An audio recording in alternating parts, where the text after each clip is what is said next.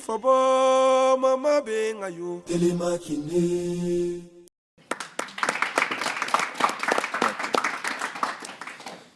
I want to start the discussion with a quick quote from a Washington Post op-ed that I think is very instructive for the way that we should be thinking about the DRC today. This went out on November 22nd. And the title is "Obama Should Act on Congo Before It's Too Late." And the opening paragraph opens with, "There'll be limits to what President Obama can accomplish in foreign policy in his final months in office.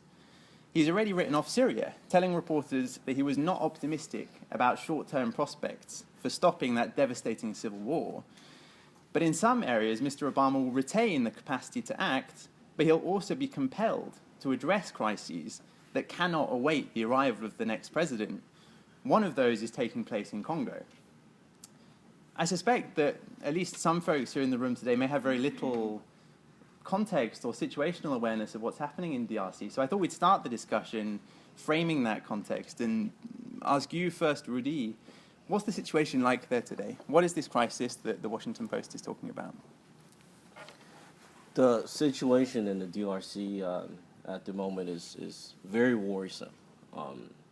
As some of you may know, the Congolese people are very anxious to witness their country's first democratic transfer of power. It's something they've never experienced ever. It's people that has lived under a dictatorship nonstop since 1965. This is very significant.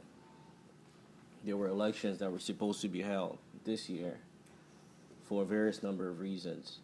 These elections have been postponed, and we're not really sure of how things are going to evolve over the next few months, with the critical date of December 19th, which is the deadline pretty much for President Kabila. He's supposed to step down on that date, and he is not looking ready to leave his post. Looking at the economic aspect, in the past 5 years, DRC has had a annual growth of 8%, which is pretty good for an African country. But when you look at the macroeconomic level, it hasn't really been felt by the population.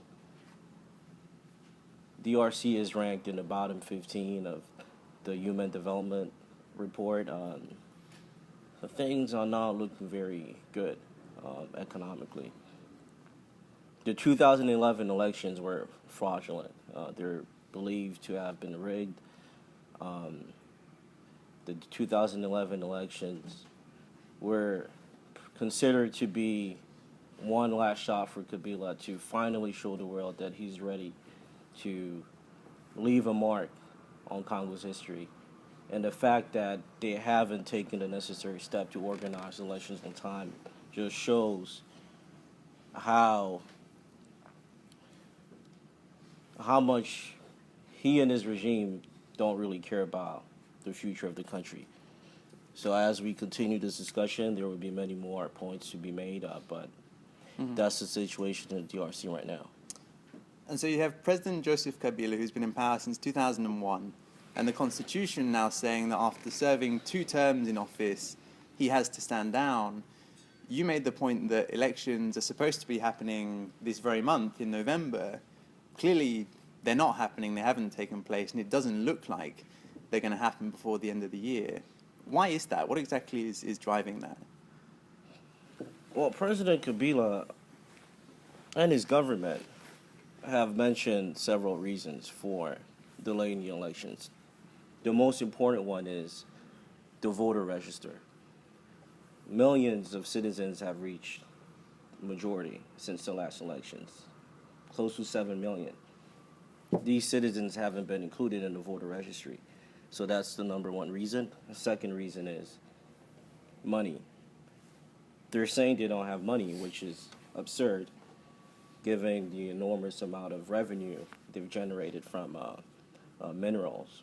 But at the same time, they're also worried about their own future. A lot of the regime heavyweights have committed a number of crimes, serious crimes, and they don't really know what the future holds for them. So it's not so much about President Kabila himself, but it's also about those who are surrounding him, who really don't feel like they will have a place to stay in the DRC. A lot of them don't want to be indicted for crimes against humanity. You also have to take into account that some of these officials were former rebel leaders. The reason why they're in government today is because they were involved in various conflicts in the eastern part of the country. So this is something else to keep in mind. Mm-hmm. Fred, you've been working on some of these issues through LUCHA, through the sort of civil society platform. Maybe you could tell us a little bit more about LUCHA as an organization and why you personally, a young guy from Goma in the east of DRC, decided to get involved and start working on these issues. Thank you, Tom. If you allow me to come back a little bit on why we will not have election this year. Rudy talked about the voter register and the money issue and even the intention of people surrounding Kabila himself. I think this is really reasons, but the most important reason and the very real reason is because Kabila and people around him are trying to see how they can stay in power for a very long period. And they started by trying to modify the constitution in 2000, and I think the process started actually in 2010 when they modified the first time the constitution, and since 2011 they are trying to add many things. One of the closest advisor wrote a book on why they should modify the constitution, and people around him are trying again and again to see what they can do to stay in power. In 2015, they tried to present this register voter like a main argument, and this is why there was uprising in Kinshasa who caused many dozens of deaths. But I think the main reason is because he wants to stay in power, and he want as many presidents in Central Africa to modify the rule of the game in order to allow him to stay very long time in power. And it is about Kabila himself and people around him. Many people so many times think that it is not about Kabila, it is only people who surround him. But I can say it clearly, Kabila and people around him are in the same level. I think actually Kabila, he is the one who really played the key role, and he is the one who are managing the system. So what is LUCHA? Maybe to understand LUCHA and how I get engaged in LUCHA, you have to understand the story of that region, and Rudy talked about it, and the story of so many young people like me. I grew up in Goma, in eastern Congo, where Goma is a small town near Rwanda, where he who has experienced war and violence in these 2 decades. There was genocide in Rwanda, who bring millions of refugees, and then started the war of Mzee Kabila, the father of the actual president. And then there was so many wars. Somehow it was like recycling the armed group.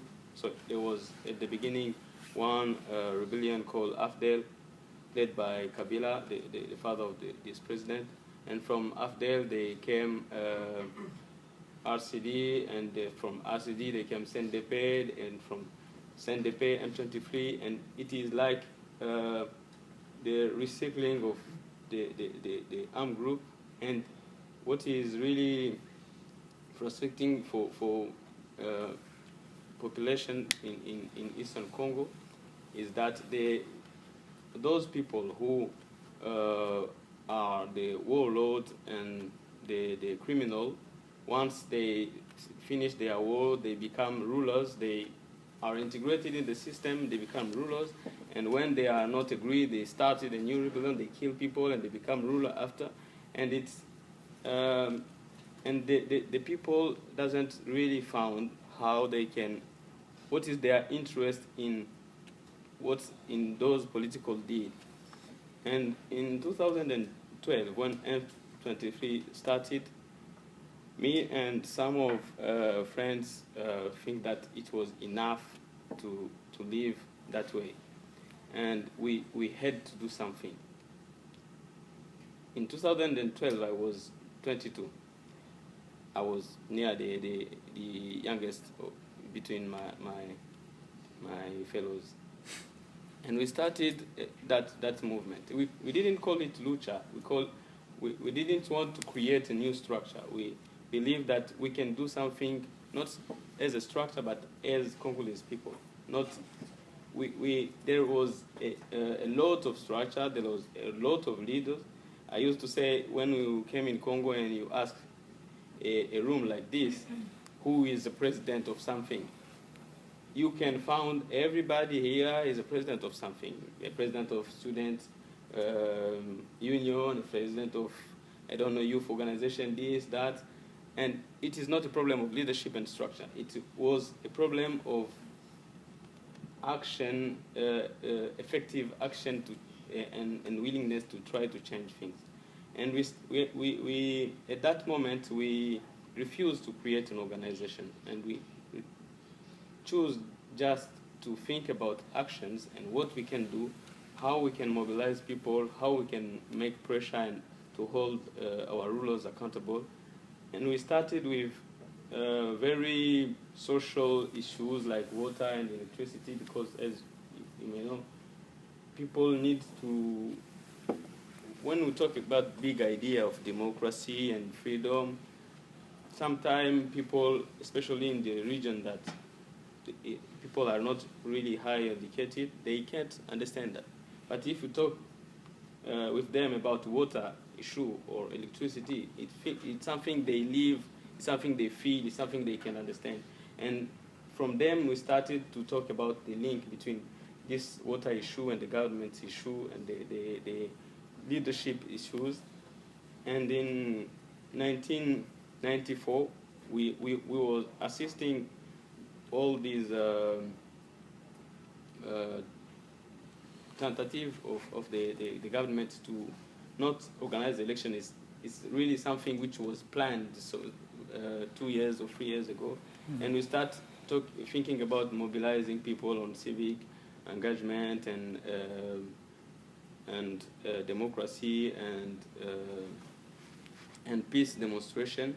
And that's how we came to Kinshasa with Sylvain to organize that meeting in which I was arrested. But mm-hmm. LUCHA, from that moment till now, it's really becoming an important youth movement. When I say movement, it is not just a group of people in Goma or in Kinshasa. It is far than a group of people. It's become an idea, somehow a motto that put people together in many cities in Congo and come on, in French we can say un cri de ralliement. A rally cry? Mm-hmm. I don't know. That's many young people recognize themselves in that fight and are trying to create a new cells in everyone in his area, and this is something really mm-hmm. helpful for the future of.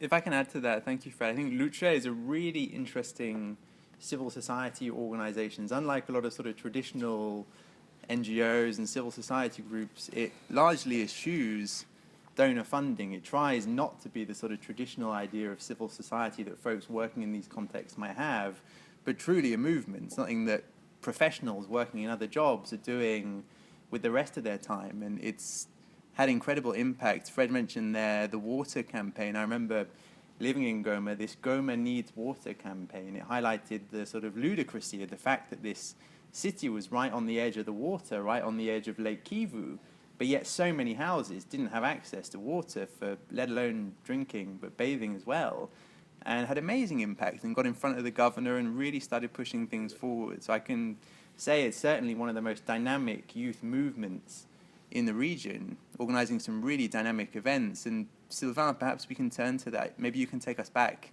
to this day in March 2015, this event that you organized in Kinshasa. Tell us a little bit about it. What happened? What were you trying to achieve? Talking about the event itself, imagine we planned this event right now. I'm sure we got all the approval from Harvard to be here. Otherwise, we wouldn't be here. So we got that. People are invited and sitting, and then as soon as we're done, guess what? It's the GIs, not just even police. I mean, you get military walking in and then start grabbing everybody. If you're having a camera, if you look suspicious, if they don't like your face, I mean, I remember our Fred was actually arrested. We were standing when Tom did the event. It was almost like where Tom is, and then this guy looked at us and then looked at Fred. He was holding the camera of one of the AFP reporters who felt like he needed to go to the loo. And then look at him and it's like, you have a camera, we're taking pictures, who are you? And by the time he could respond and come and just grab him and then just put him out of the place. So just the contrast from the why an event was planned to the how the arrest was actually happening, it threw not only ourselves, I mean, we were scared, how I was scared, but then it gives you perspective as to, one, how did we even get there? I mean, Fred mentioned about the need to engage young people into the understanding the accountability, for instance. I was going through some of the documents, and I stumbled upon I think it's a professor, George Aite. He speaks of the cheetah and the hippo generations in Africa. So you have the hippo generations, that's your normal today's leaders. They are above 50-something years old. They've been in power for more than a decade. Even now, people are supporting them as well. Not only because of the age, but the mindset as well. You know, they are sitting down, thinking, well, we need to blame the others and not us. You know, when things aren't working, it's them and not us. Well, we are not powerful. We have this power we have this extra power which we can't control. We felt the need that there's a need that we not only we speak about our own story, but that we get to connect each other. I mean, the cheetah generations the professor is speaking about is these young people actually understanding today that we need to advance accountability. We understand the management of resources. Today you go across, even at Harvard, I'm sure I can ask, there is quite a huge number of Africans who are actually studying here at Harvard, later on in entire Boston. And then you get all these young people, after studying, they get not only the knowledge, but the know-how. They study in the West. So from a human capital knowledge point of view, to look at where Africa is, Tom spoke about the place of the DRC today. We're fighting into the human grading, different ratings. You look at the different agencies. The DRC is fighting with Somalia, places that it doesn't make sense that the DRC should be there. I mean, look at the DRC. We have resources. We have the know-how. Why can't we actually move forward? So that was almost like a rally cry. And say, no, we need to make this about us being involved, and not blaming the others. So it's in that we actually felt that there's a need to link up with also other African countries, because the issue doesn't stop the DRC. Like in the central region, I think Rudy might allude to that. You go from Congo Brazzaville to Gabon to Cameroon. You sit down and wonder, 50 years after independence, why are we here? Things need to change. So we met a couple of times with people from Ballet Citoyen, for instance, in Burkina Faso, Yanamar in Senegal, and really getting to engage and understanding what they've done. By then already, when we're talking about the event of when we were arrested, Already in Senegal, for instance, Yanamar was part of the movement that helped pushed out Abdoulaye Wade. And then a couple of months before, the Ballet Citoyen in Burkina Faso was very instrumental into pushing out Blaise Compaoré. And these are actually two different cases, but they speak volume to the way the situation where we are, where the DRC. So we had to speak with them and see how they were doing things and why they were doing things. So we got involved. They were invited as well. So now we're planning this big conference. It wasn't just a one-man conference, but it was almost like an international conference. So we had youth movement from different parts of the Africa meeting in Kinshasa and talk about how can we get young people involved, understand that they need to be the actors. They need to be the ones bearing the accountability and to make things happen. So the event happened, and at the end of the event, yes, I said yes, the security forces stormed the venue, we got arrested. Without being charged, but officially they were announcing on TV and everything that we were terrorists. So we were plotting to overthrow the government in front of the media. So it was imagine an open thing. I mean, we had the AFP, the BBC, RFE, journalists. Everybody was there. It was open. And as I said, we even had approval from the government, both from the visa issuing of those who came into the country to actually even organizing the place itself, and then being charged of trying to overthrow the government. It was contrasting, unbelievable. So you hold this event, you're talking about ways to get youth involved in politics. You bring activists from across Africa to the event, from Burkina Faso, from Senegal. There's journalists at the event. There's even an American diplomat at the event, right? Kevin Sturr from the US Embassy in Kinshasa, the capital country. You get arrested. The security forces storm the venue. You're both arrested. Sylvain, you spend 38 days in jail. And Fred, you spend 17 months in prison, as you said, without any regular judicial procedure. That's obviously an awful ordeal, and there was a great deal of international engagement and mobilization and a whole campaign, particularly to try and get Fred and his colleague Yves released from prison. Fred, maybe you can just tell us about that experience a little bit, these 17 months. So it was 17 months, and I just leave the prison a couple of months ago. I think less than 3 months ago. And the 50 first days, it was really in incommunicado condition. I couldn't talk to my lawyer, see my family, have any news from outside. So we were in the headquarters of security forces, and we have interrogatoire, interrogations every day, every moment. It could be from the morning to the evening, even in the night, and those 50 days was really like a very intensive psychological torture, and it was really a very difficult moment to live.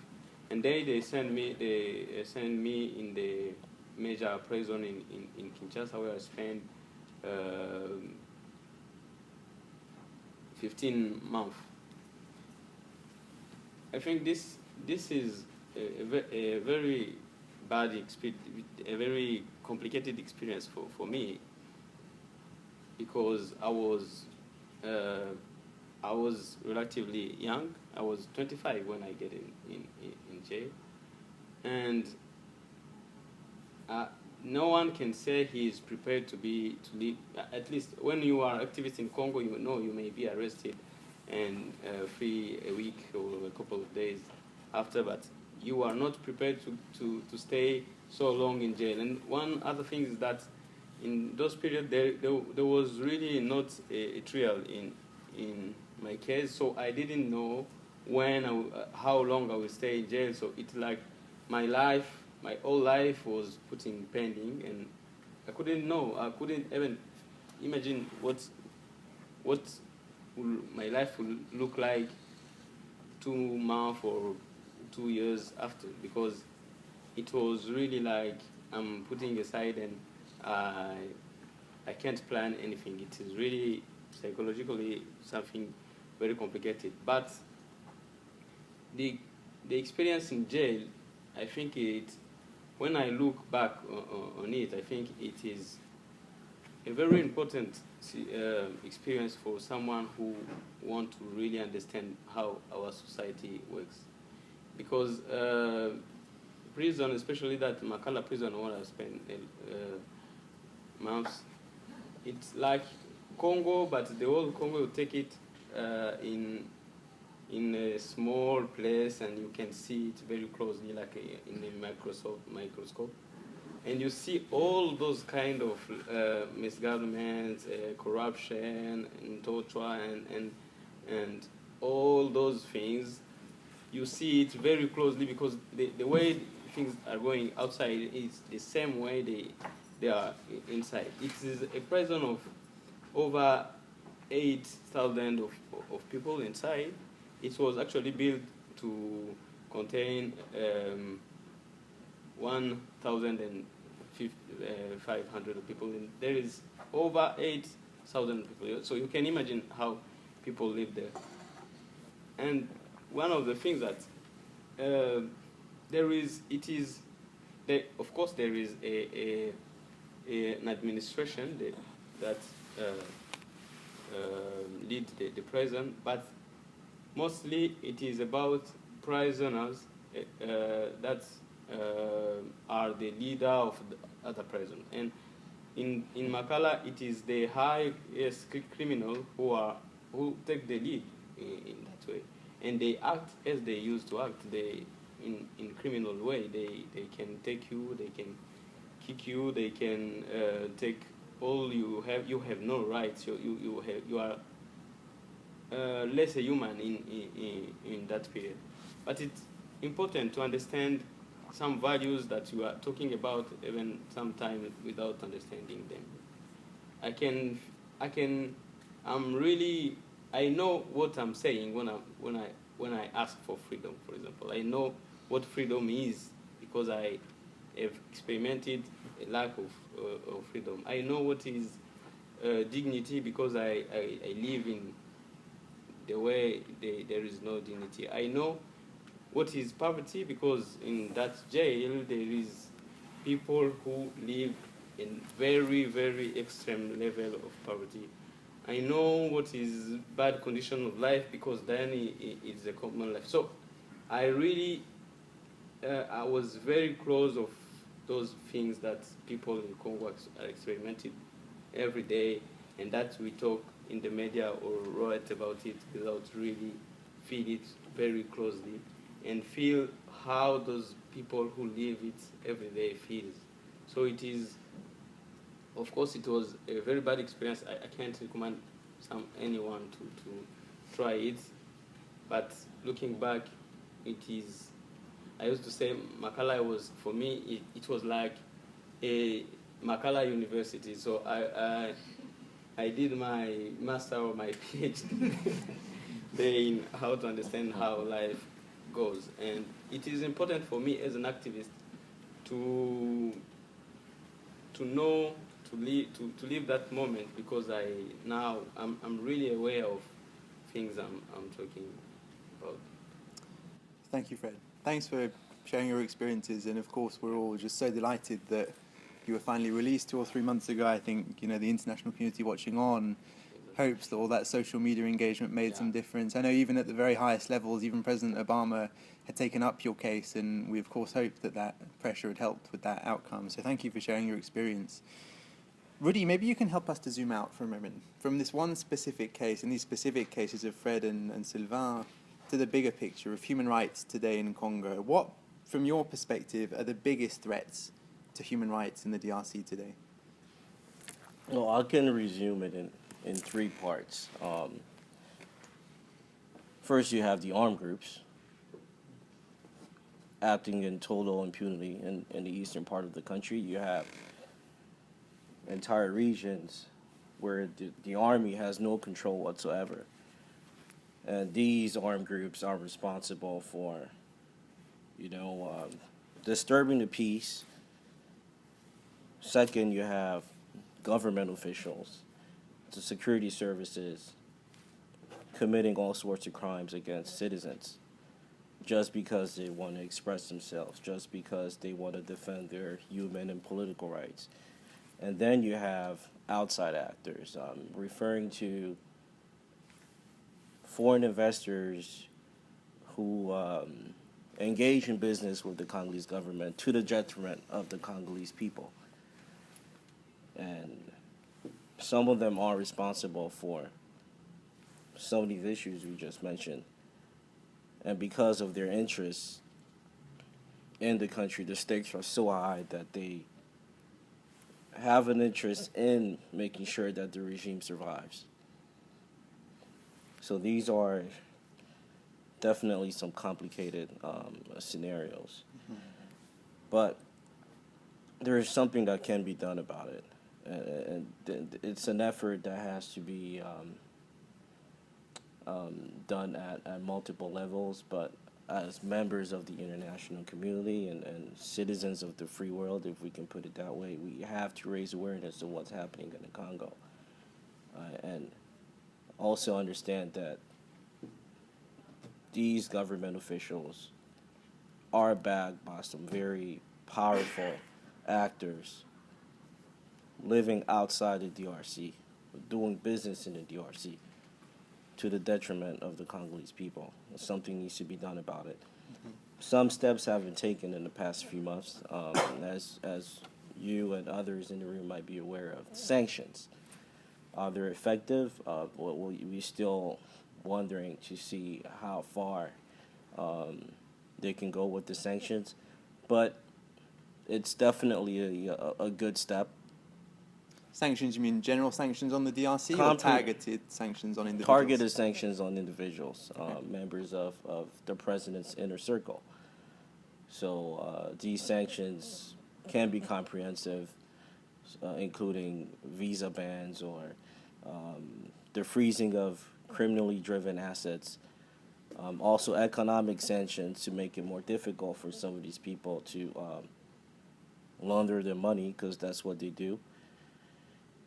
The U.S. has been doing a pretty good job on that front. However, our European counterparts have sort of lagged behind. They haven't really done much yet. And time is running out. Is there still time to actually make an impact? Is it too late? Only time will tell, but there are some tools at our disposal that we can use to make a difference in the DRC and to actually hold those responsible for these crimes accountable for their actions. Mm-hmm. Thank you. Before we open it up for question and answers, I want to finish with one question to Sylvain, and that is, I think, to many foreigners, to many folks who aren't from the DRC or even from Africa, it's hard to see how this feels like anything other than a faraway land that's just thousands of miles away and doesn't impact our daily lives here in the sort of bubble of Cambridge, Massachusetts, seemingly at all. And dare I say it, sounds like a familiar narrative that we hear about Africa, about a president wanting to stay in power beyond his term limits, violating human rights.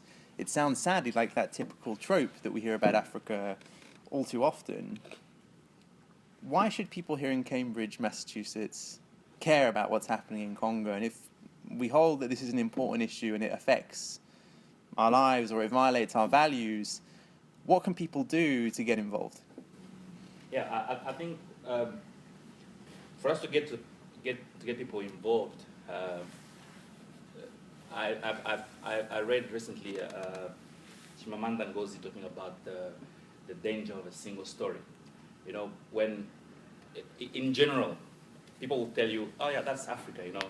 We know it's just a disease and war, and that's what happens. And as you pointed out, people actually are not aware. Maybe they've heard of it, but they're not aware. You can be in the US and live very, very peaceful and a very comfortable life.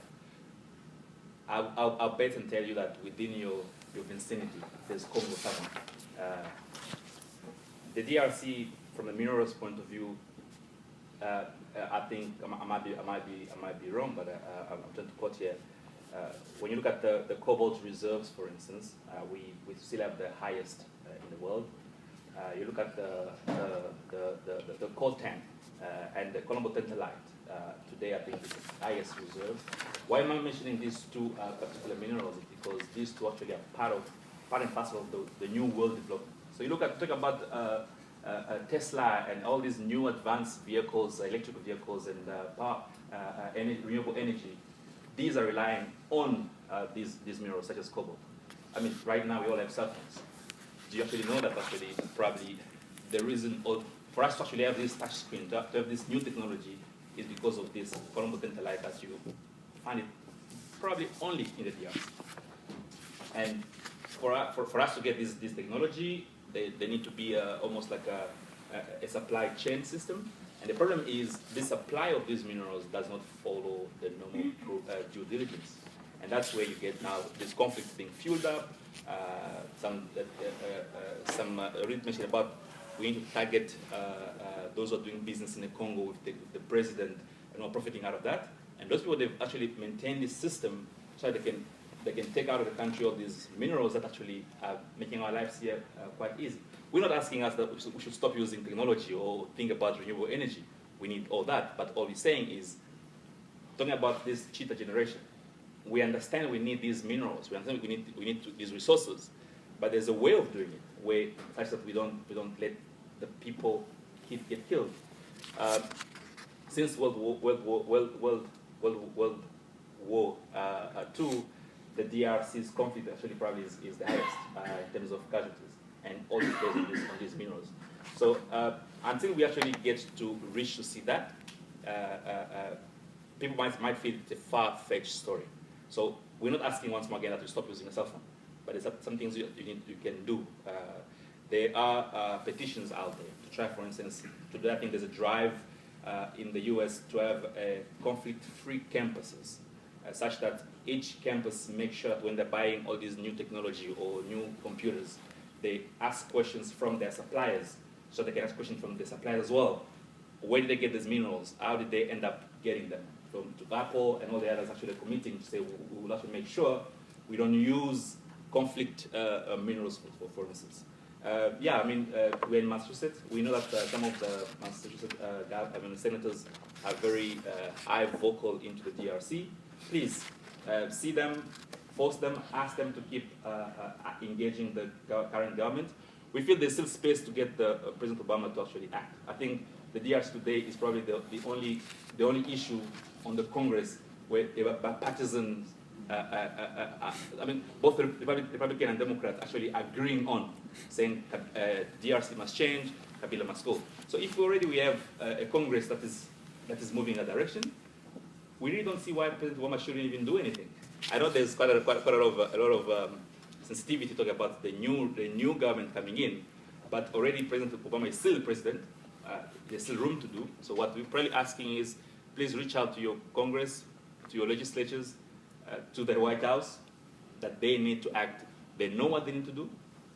Fred will be on the on the Congress tomorrow, repeating the same thing. We need them to keep hearing this, and please, if you can help them there. I can't be preaching to the Congolese community. This is almost like a choir. We also know what we need to be doing. Mm-hmm. Yeah. Thank you. Rudy, you had a quick add-on to that point about action steps, what we can do. Very quickly. So as he was mentioning, it's important that that the constituents maintain the momentum that's been building up regarding the Congo issue. A select few members of the U.S. Congress have been very vocal about what's happening in the Congo, and Senator Ed Markey of Massachusetts is one of them. And it's also important to mention that the U.S. is the biggest contributor to the UN mission in the DRC, the UN Stabilization Mission, that was set up in 1999. And close to $10 billion has been invested in the UN peacekeeping mission. And how long is it going to keep going? Is this an effective use of our tax money? And so these are some issues to keep in mind. And I may also add that DRC is at the heart of the African continent, and stability in the DRC is always going to have implications for the region as a whole, but also for peace all over the world. the more unstable DRC becomes, the more likely the Congolese state will fail.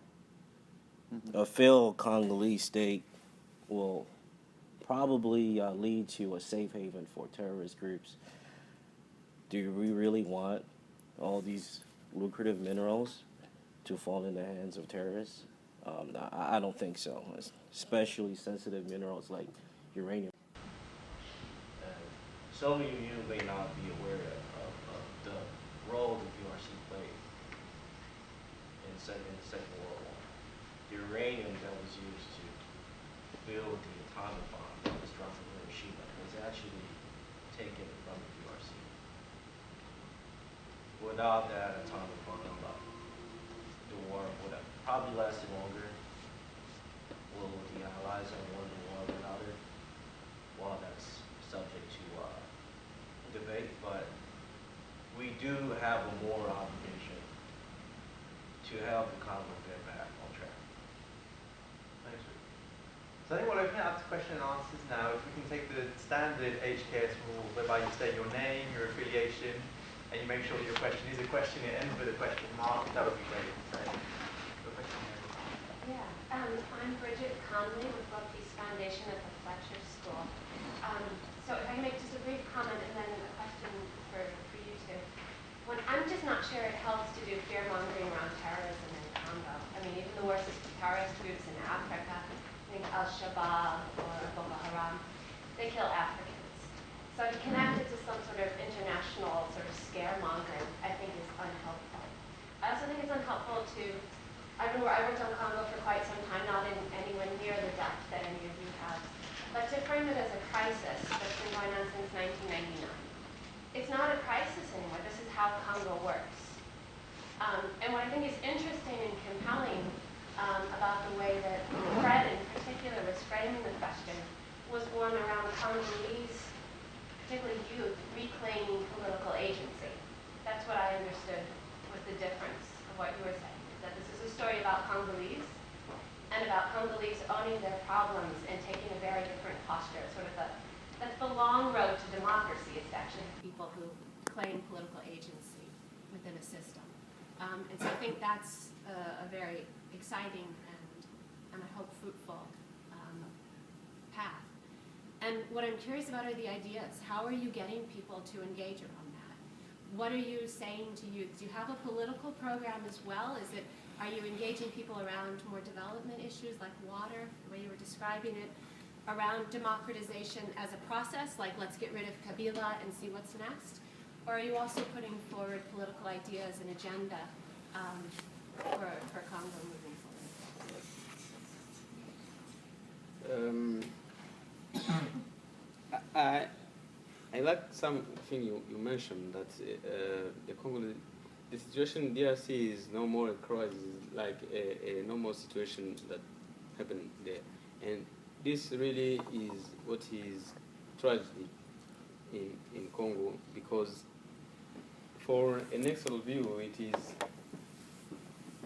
since 20 years, it's the same thing, it tends to be normal. But for the people who live it every day, it is just a tragedy. And when you talk about 6 million of deaths, it sounds like just a number. But when you are close to them, you feel like it is the brother of someone, the sister of someone. And that normal situation is a tragedy that is still going on, and people should stop looking at it just like a number and look at human life behind that's numbers. So how are we trying to engage people in that fight? First of all, we are trying to create LUCHA cells in every city of Congo, and it's really interesting because we are not sending people to create the cells in those regions, but it is people in that region that hear about LUCHA and feels like they need to do something, and they organize themselves. And when they have a small organization, we send somewhere there who talk about them about how what is our values, how we dream of the new Congo, and what can they do. So it is a movement. It is, and now we have over 12 towns in which we are. But we are not just focusing on what will help bringing Kabila out of the map. We have a dream, we have a vision of what kind of Congo we need.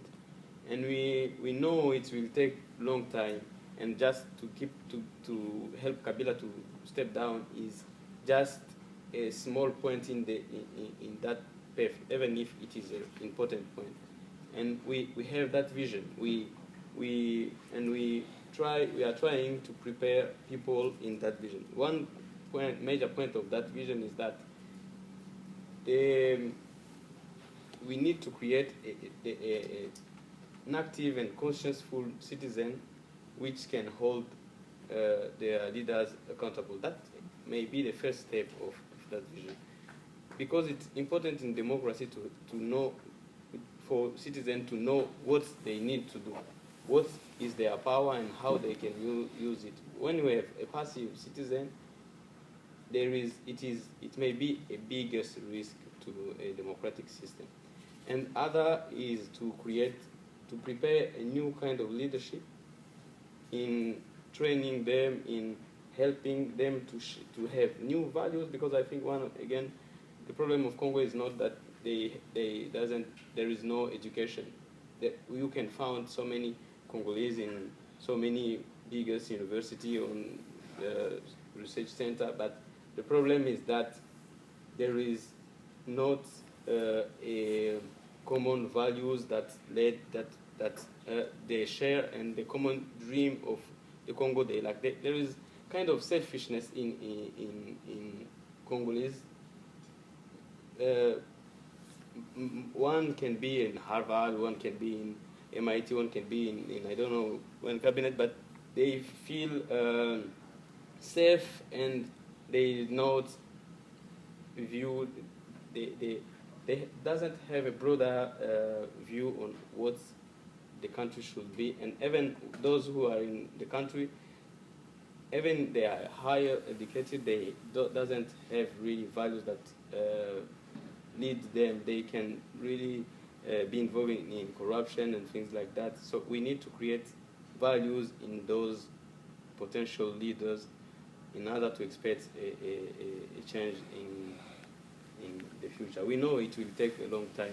Maybe it is a long way. We are conscious, and maybe we will not see that country, but we know it will happen one day, and we are trying to fight for that. Great, thanks. Do we have another question from the audience? Yes, one right here in the front. Yes. I'm Jacqueline Kalonji. I'm from Congo. I've been living here for 15 years now, and yes, it's not an international threat. I mean, the terrorists are everywhere. They are in Paris. They are here. They are everywhere. But in the struggle to rebuild the Congo, I think we need accountability, and that accountability is trying to apply the rules that we have now. So the Congolese people need help in terms of being able to force that accountability. There were marches. I mean, they've discovered mass graves in the Congo. Over 400 people in a mass grave. Young people who went to march, they called them terrorists and everything. The Panama Papers, where funds were taken to Panama, and there's no money to hold elections. I think if people manifest, people get killed. If at least to help build that dream, if we can force the leaders to hold those elections, to hold them accountable. Like right now, I don't understand why targeted sanctions are not against Kabila himself, because there's nothing to demonstrate that he's a criminal, that he's been killing his people, that they have been embezzling money. So I don't understand why there is no targeted sanction. And also, just a small remark, they have hospitals where they raped women and things like that. I don't understand why Burkina Faso, I believe, they had a transition government, they ousted the government. Why in Central Africa this is not happening? And the conspiracy theory is that the resource, international businesses are having their interest in having that disorder going on.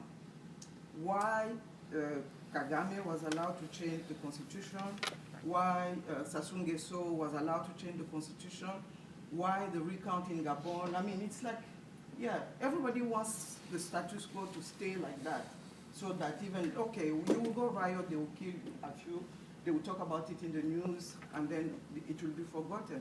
Mm-hmm. And right now what is happening is transition government with the opposition, quote unquote, and then after they will change the constitution, and Kabila, 15 years from now, will still be talking about Kabila. So, I mean, Rudy, can I ask Rudy you to respond to that question? We're very tight on time, so if you can limit it to 2 minutes, that would be I'm fantastic. going to respond to both our Congolese friend and lady from the structure school. Look, regarding the terrorist threat, it may not look like a serious issue for now, but it's something to not neglect. If you look at what happened in the Central African Republic, no one would have predicted that. A chaotic situation. The government only controls the capital and maybe 2 other cities. So you have a situation of anarchy. And that's what's going to happen in the DRC if chaos erupts in the next few months, because people are fed up. And why are people fed up? This is really a crisis. Democracy is in crisis. Congo's nascent democracy and fragile democracy is in crisis. Why is it a crisis? Because people put all their hopes in that 2006 Constitution.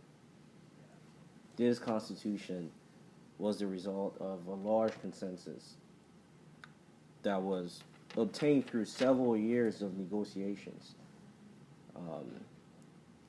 that were finalized in South Africa with the Inter-Congolese Dialogue and officialized with the Sun City Accords. People were really hopeful that finally we got something that's going to bring us together and put this past of chronic violence behind. They organized elections in 2006. Not everyone was happy, but the international community considered the elections to be relatively fair. 2011, what happens? Just months before the elections, they have a constitutional amendment to remove the second round of voting, meaning that the president is elected with 50% of the vote. That was already a major debt in Congo's nascent democracy.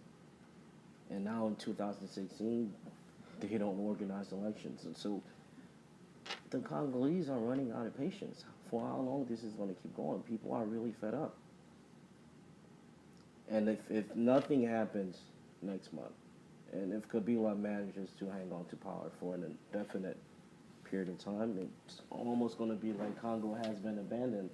What happened with all the nice speeches that have been delivered by President Obama and other world leaders. It is not our job, the international community, to do the work, in their place, but we can certainly help. We can certainly help. And regarding the constitutional referendums taking place in Central Africa, it's a very worrisome situation. It's almost like double standards. Why is it an issue in certain parts of Africa and not in others? Why Kagame was not threatening, or why there was no follow-up whatsoever. Sassou Nguesso changed the constitution. Now he's going around the world to summits like nothing happened. This is a bigger problem. It's a very deep issue that needs to be analyzed. There are several reasons why it's happening, including economic ones. Central Africa tends to be also a lot richer than other parts of Africa. Lots of oil, lots of minerals. The longevity of certain regimes is good for exporting oil and minerals, but there's certainly a different way to approach this. So we just have to remain hopeful that things are going to change. But it's important that you and others and everyone in this room just keep raising awareness, keep putting pressures on the U.S. administration, on Congress, and they will be able to do the same for African governments. Unfortunately, that takes us right up to the end of the event. We are even past 12. I want to take the opportunity to thank you all very much for coming along. If you visit www.congodemocracyproject.com, you can see more of the research work that we're doing about the DRC, specifically about elections and democratic governance, and we'll be holding events on this topic in the future, certainly at the Harvard Kennedy School. As we wrap up, again, I want to take this time to thank all three of our participants and wish them well for congressional testimonies tomorrow morning. Thank you.